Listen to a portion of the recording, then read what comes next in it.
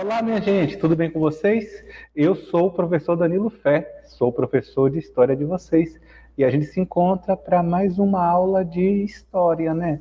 Eu sou um homem negro, eu estou vestindo uma camisa branca, eu tenho cabelo preto, um pouco de barba, um pouco de bigode e estou sentado em um ambiente em que atrás de mim existe uma série de logotipos institucionais, tanto da Prefeitura de Feira quanto da Secretaria de Educação, e com a expressão caminhos da educação. E esses caminhos da educação vão levar a gente a dar continuidade ao tema que a gente tratava na aula passada. A gente vai falar da redemocratização do Brasil, que vai acontecer entre 1945 e 1964. Professor, por que redemocratização? Porque antes disso o Brasil não era uma democracia. A gente estudou a fase do Estado Novo, né, quando Getúlio Vargas, com mão de ferro e propaganda firme, governava o Brasil. E a gente vai estudar que nesse período o Brasil funcionou como uma democracia. É um primeiro período da história em que o Brasil, de fato, funcionou como uma república democrática. Meu nome está na tela, Danilo Fé, professor de História, trabalho na Escola Municipal Comendador Jonatas Teles de Carvalho, que fica lá na Conceição, e o meu e-mail, danilo.silva@seduc.feiradesantana.ba.gov.br. Basicamente, pessoal, para compreender o tema da aula de hoje, algumas coisas a gente vai ter que relembrar. A gente vai ter que relembrar que em 1930 houve uma revolução, que Getúlio Vargas assumiu o poder, primeiro como um governo provisório, depois ele se tornou presidente constitucionalmente legitimado e eleito, e depois ele implantou uma ditadura chamada Estado Novo. A gente vai ter que lembrar que havia na disputa política uma série de personagens, havia o PTB, que era um partido de orientação getulista, havia o PSD, que era um partido que buscava o poder, havia o DN, que era um partido também que estava se apresentando para disputar o poder, e havia os comunistas integralistas também como personagens fortes do cenário nacional, e que no final do Estado Novo há um golpe que afasta Getúlio Vargas e que permite a realização de eleições democráticas no Brasil e permite também a elaboração de uma nova Constituição, em 46, que vai ser o início de nossos estudos. Então, a gente vai falar da Constituição de 46 e vamos falar também de todos esses presidentes que sucederam no poder. O Dutra, que é até nome de avenida aqui em Feira, né? O Café Filho, o Getúlio Vargas, que também é nome de avenida, João Goulart, Juscelino Kubitschek, tem alguma coisa chamada Juscelino Kubitschek aqui em Feira, mas me falha a memória, não sei se é uma praça, mas tem. Tem o Jânio Quadros e o João Goulart. E, por fim, ele falar do golpe militar, que é a parte do João Goulart. Bem, a Constituição de 46, o Brasil se redemocratiza e ganha uma Constituição que era a Constituição mais democrática que o Brasil tinha tido até então, que permite uma série de avanços no campo da política. Ainda não era a Constituição perfeita, porque ela criava algumas dificuldades, por exemplo, a execução de uma reforma agrária, mas era uma boa Constituição para aquele período. Tanto que ela está sendo apontada aqui, né, como a Constituição da redemocratização. Bem, o primeiro presidente desse período democrático era um militar, era o presidente Dutra, um militar. Ele vai governar o Brasil de 46 a 51. Ele, na questão econômica, ele divergia um pouquinho da visão que o Getúlio tinha. Lembra que eu falei que Getúlio Vargas ele acreditava firmemente nas ideias de que o Estado deveria ser o condutor do desenvolvimento econômico do país. Dutra pensava diferente. Ele entendia que o governo deveria ser liberal, deveria pouco se envolver nas questões econômicas. Isso até leva ele a ter dificuldades com certos setores da economia. E aí agora, pegando esse gancho, eu posso trabalhar uma coisa com vocês. Havia duas leituras de caminho para o Brasil naquela época, que basicamente não é muito diferente do que se tem hoje. Havia uma visão que defendia o liberalismo, que o Estado não deveria intervir na economia e que o próprio mercado ele ia se regular e achar um bom caminho. Basicamente, o partido político que compra essa tese é a UDN. E havia a outra tese que dizia que o Brasil deveria receber forte investimento estatal, que o Estado deveria ser o grande agente de desenvolvimento da economia para fazer o Brasil desenvolver. Quem defendia isso era o PTB. Basicamente, na vida real, o que é que isso implica?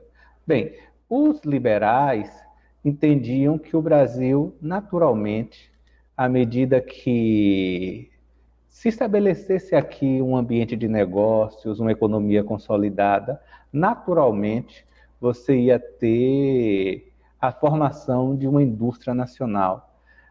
O desenvolvimentista, ele dizia que isso tinha que ser tocado pelo governo, que era o governo que deveria construir essas indústrias e não os particulares, como pensava o liberal, que isso não ia acontecer naturalmente, isso ia acontecer através da ação do governo, a ação do Estado. Essa era a grande divergência que havia entre ambos. Estão me entendendo? Liberal deixa a economia solta. Ela vai se desenvolver por ela mesma. O mercado vai se formar. E o desenvolvimentista, o Estado tem que intervir e tem que agir. E ainda tinha, né, ainda havia os comunistas, que também eram presentes nessa época, que defendiam reformas mais avançadas, no sentido de transformar o Brasil num partido, num governo comunista, nos moldes do que acontecia na União Soviética. Eu expliquei para vocês, Revolução Russa que aconteceu em 1917. Outro partido importante, o PSD, ele não tinha um projeto de país. Ele ficava oscilando porque ele era um partido mais... É uma expressão que a gente usa hoje, fisiológico. Era um partido que ele buscava o poder e alguma forma de chegar ao poder, fosse defendendo a ideia que fosse. Bem, esse é o governo do Dutra, basicamente um liberal que se equilibra nessa questão. E depois do Dutra, a gente vai ter o governo do Getúlio Vargas. Sim, Getúlio Vargas, olha ele de novo. Getúlio Vargas, ele se elege senador e fica na dele. Pouco foi no Senado, ficou no sítio dele, foi um senador bem faltoso. Se fosse um estudante, ele seria reprovado. Mas ele pouco participa da vida política do Brasil, fica do sítio, não vai ao Senado, mas fica articulando, fazendo política e tentando voltar à presidência. E ele se elege presidente do Brasil em 1951. Esse homem não acabava, né? E aí, ele, no governo dele de 51, ele volta intervencionista, ele segue populista, né? Dá um aumento de 100% no salário mínimo aos trabalhadores, todo mundo fica feliz. Ele lança a Petrobras, também é um feito bastante importante, só que a oposição a ele também não estava nada satisfeita com o governo do Vargas, né? E aí acontece que existe um atentado contra o Carlos Lacerda, que era um político da UDN muito importante naquela época. E as investigações apontam alguma participação de Getúlio nesse atentado. E aí a vida do Getúlio se torna um inferno, um verdadeiro inferno. ele é criticado por todos os cantos, a UDN exige a renúncia, exige a retirada dele do cargo, e Getúlio se vê numa situação difícil. Bem, e o que é que ele faz? Ele tira a própria vida e deixa uma carta, uma carta em que ele ataca a UDN e praticamente responsabiliza a UDN pela decisão de ter levado ele a tirar a própria vida. Bem, de um dia para o outro, ele que estava bastante queimado com a opinião pública, se reabilita e a UDN vai para o chão, né? Se torna vista como a principal responsável pelo atentado pelo presidente ter tirado a própria vida. Essa carta dele é fácil de achar na internet, se vocês quiserem pesquisar. Bem, após veio o Café Filho, que era o vice de Getúlio, né, que governa o Brasil entre 54 e 55. O governo dele ele é marcado por reatar esses princípios do nacionalismo que o Getúlio ele tinha, né? Bem, e aí vem o Juscelino Kubitschek, presidente do Brasil, entre 56 e 61.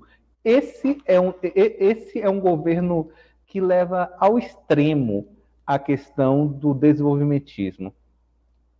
Juscelino, ele tinha firmemente o entendimento de que o Brasil precisava urgentemente passar por um processo de industrialização. Ele tinha em mente de que o Brasil precisava firmemente passar por um processo de fortalecimento e de construção de uma indústria nacional. E ele leva à risca aquelas doutrinas que eu ensinei a vocês, que era aquela doutrina do keynesianismo. Lembra? Do Estado como o agente do desenvolvimento através das construções de grandes obras, de uma economia que tivesse um plano de metas, objetivos claros que iam ser perseguidos no longo prazo. Pois é, entre 56 e 61, o Juscelino Kubitschek faz isso. E o governo dele, ele dizia que buscava que o Brasil se desenvolvesse 50 anos em 5. E ele tinha esse plano de metas.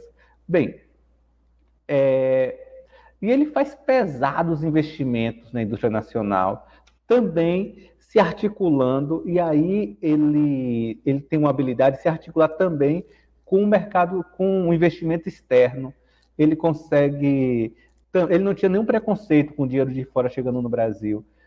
E a grande marca do governo dele, né, no sentido, eu acho que é um grande exemplo, né, quando eu falo, porque era um governo voltado para construir obras públicas. Mas aí quando a gente pensa, qual é a grande obra pública do governo de Juscelino Kubitschek? É a construção de uma cidade, Brasília. Ele é no governo dele que Brasília é construída com uma cidade que tinha a missão de ser capital do Brasil. Só que tem um porém. Tem um porém de que esse intervencionismo, ele pode, de fato, fazer a economia funcionar no curto prazo. Mas no longo prazo, ele significa dívida externa. E a dívida do Brasil, ela cresce substancialmente no governo do Juscelino, e isso vai ser um problema que vai se arrastar por alguns anos. Outra nota importante do governo Juscelino, até antes mesmo dele ser eleito, é que foi uma eleição extremamente questionada. E certos setores já falavam de que deveria haver um golpe para tirar o Juscelino, para impedir a porta do Juscelino. E aí, gente, eu quero mostrar para vocês alguns monstros que vão se desenvolvendo, né? Vejam que, na aula passada, eu falei que Getúlio Vargas, ele chega ao poder através de um golpe. O que é um golpe? Um golpe é quando você não segue a lei democrática de você fazer eleição, eleger o presidente fica no cargo o tempo previsto, a não ser que ele sofra um impeachment, e depois da eleição ele passa para outro, e assim se vai. Bem, havia no Brasil, nessa época, uma tradição, a cultura golpista muito forte. A gente tem visto isso. A gente vê que um golpe tira o imperador do poder e proclama a república. A gente vê, só nas últimas aulas, o Getúlio Vargas dando um golpe em 30, usando a força para ser presidente. Golpe é isso, é quando você usa a força e não a eleição. Getúlio dá um golpe, aí depois Getúlio dá outro golpe para permanecer no poder, aí depois ele recebe um outro golpe para sair do poder. E havia essa tradição de golpismo na política brasileira. Os militares, eles ainda eram um elemento muito forte. Apesar da gente estar falando de um período democrático, essa sombra de golpe de Estado, essa sombra de que a democracia fosse ameaçada pela força, sempre existia. Bem, e aí Juscelino governa até 61. Depois de Juscelino, assume o poder o Jânio Quadros. O Jânio Quadros, ele governa o Brasil em 61, e essa é uma das figuras, uma das. Até pouco tempo atrás a gente dizia que ele era a figura mais anedótica entre os presidentes do Brasil, só que não sei se dá para afirmar mais isso. Ele era uma figura extremamente anedótica. Era um cara estranho, um cara, assim, com dificuldades de trato mesmo. E ele tem um governo, e ele tem uma ascensão na política meteórica. Só que ele tinha dificuldade nas relações com o Congresso. Ele, apesar de ser um cara muito bom de marketing, ele tinha uma política da vassoura, né, que ele ia varrer a corrupção. Ele também era um personagem que tinha uma relação difícil, muito difícil com o Congresso, e ele também tinha alguns movimentos na política muito abruptos, muito estranhos, que chamavam a atenção. Um deles foi que, do nada, um belo dia, ele renuncia ao cargo. Ele renuncia e pega o Brasil de surpresa. Há quem diga que com a renúncia, o que ele queria era mandar a carta de renúncia para dizer que estava renunciando ao cargo, mas na verdade esperando que as pessoas dissessem, não renuncia não. E aí ele ia ter mais poder, né? Se era esse o plano dele, deu muito errado. E a renúncia foi aceita. Só que houve um problema. O vice dele era o João Goulart. E o João Goulart não era muito bem visto pelo Exército. O João Goulart ele era visto pelo Exército como um elemento de esquerda e um elemento ligado ao comunismo. E vocês lembram que quando acaba a Segunda Guerra Mundial, você tem uma divisão do mundo entre comunismo, vinculado à União Soviética, e capitalismo, vinculado aos Estados Unidos. Nosso exército, ele era eminentemente capitalista, defensor do capitalismo, e tinha ódio, ojeriza ao pensamento comunista. E eles associavam João Goulart ao comunismo. E aí tem um novo golpe, um golpe do parlamentarismo, que significa o quê? Vocês são lembrados, já falei aqui para vocês algumas vezes sobre parlamentarismo, que é aquele tipo de governo em que o presidente, se for um presidente ou rei, ele funciona como uma figura simbólica, tendo que nomear um primeiro-ministro, que é a pessoa que de fato vai exercer o governo. E os militares impõem isso, eles aceitam a posse do João Goulart, mas desde que fosse num governo parlamentarista. E entre 1961 a 1963, o Brasil experimentou isso.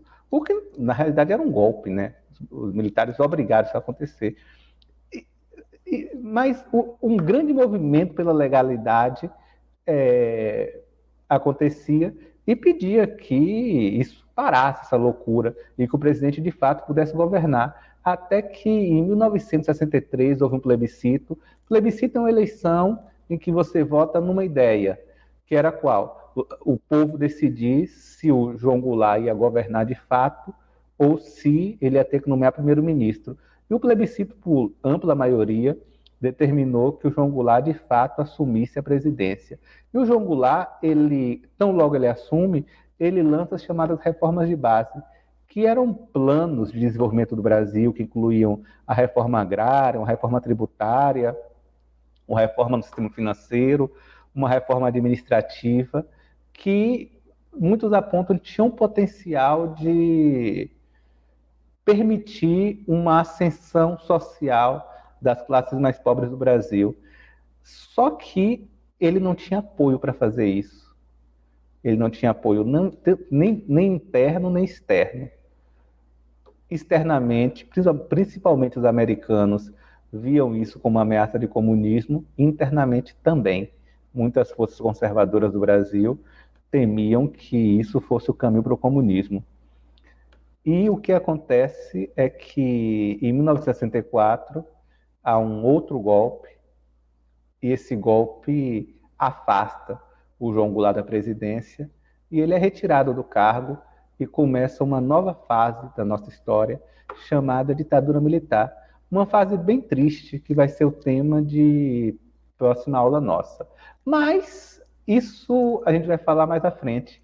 Agora eu queria conversar um pouquinho sobre, sim, o golpe de 64, mas eu quero falar um pouquinho sobre outros elementos.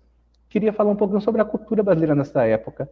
Eu vou colocar para vocês uma canção que depois eu vou comentar, que fala muito sobre uma revolução cultural que o Brasil viveu nesse período.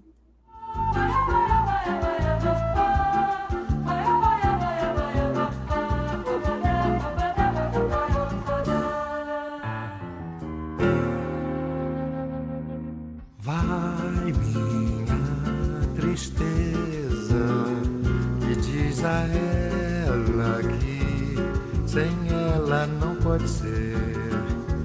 Diz-lhe numa prece que ela regresse, porque eu não posso mais sofrer. Chega de saudade, a realidade é que sem ela não há paz, não há beleza, é só tristeza, melancolia que não sai de mim, não sai de mim, não sai. Mas ela voltar, que coisa linda, que coisa louca, pois há menos peixinhos a nadar no mar do que os beijinhos que eu darei na sua boca. Dentro dos meus braços, os abraços hão de ser milhões de abraços, apertado assim, colado assim, calado assim, abraços e beijinhos e carinhos sem ter fim. E é pra acabar com esse negócio de você viver sem mim.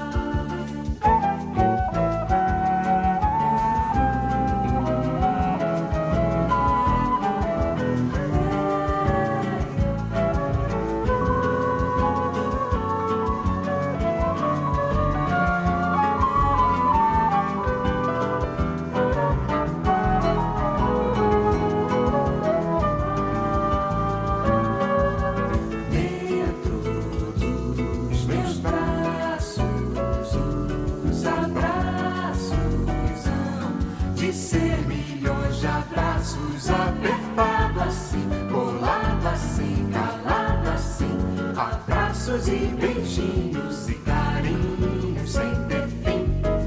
Que é pra acabar com esse negócio de você viver sem mim. Não quero mais esse negócio de você longe de mim. Vamos deixar desse negócio de você viver sem mim. Pois é, minha gente. Encerra essa aula com essa canção que eu acho que é muito importante para a gente compreender sobre esse período histórico. Ela chama Chega de Saudade e ela é um retrato bem bacana do que foi esse Brasil de 45 a 64.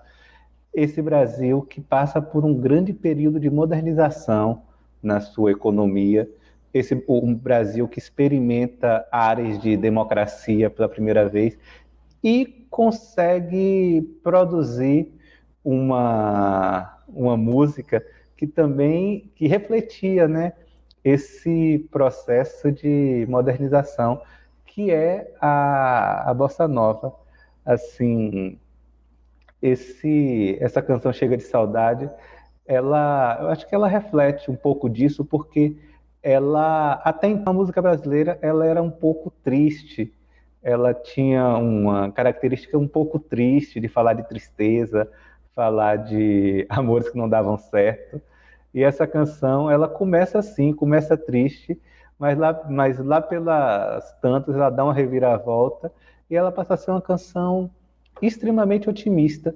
E não era aquele otimismo da Aquarela do Brasil, né, que falava quase como o hino das belezas nacionais, não. Ela fala da felicidade individual, da felicidade da pessoa, que era uma coisa que pouco se tinha no Brasil, e com uma naturalidade maior. Eram tempos, esse período a gente pode dizer que foram tempos mais felizes de nossa história. Lembrar também que o Brasil ganhou a Copa de 58 nesse período, disse um cronista da época, destruindo o complexo de vira-latas. O Brasil vinha se modernizando, tinha Pelé no time, né? Jogava o melhor futebol do mundo, fazia uma música que o mundo todo apreciava. Era um período bacana de nossa história, que foi interrompido em 64 pelo golpe, que a gente vai estudar na próxima aula, e que começa uma fase mais triste da história do Brasil. Por isso eu quis encerrar a aula com essa canção, Chega de Saudade. Então é isso, minha gente. Eu vou me despedindo de vocês, deixando meu muito obrigado. O e-mail, vocês sabem, está na tela, danilo.silva@seduc.feiradesantana.ba.gov.br. Qualquer dúvida, vocês me procuram por lá e deixo o meu abraço. Tchau.